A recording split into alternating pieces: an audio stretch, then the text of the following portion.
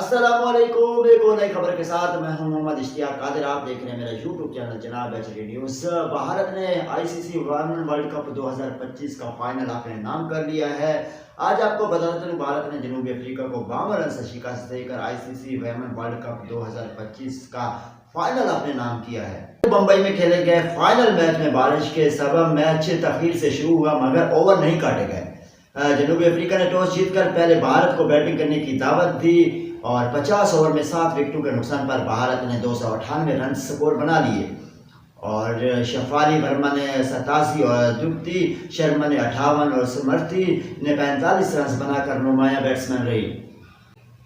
जनूबी अफ्रीका की team 246 run जवाब में बना सकती है और इसकी कप्तान की बात की जाए तो खूबसूरत कमबैक किया और अपनी टीम के लिए सेंचुरी स्कोर की, 101 रन बनाकर वो आउट हुई। और इस तरह जैसे ही इसकी कप्तान आउट हुई तो भारत मैच में वापस आ गया और 45 रन से शिकस्त देकर ये टाइटल अपने नाम कर लिया।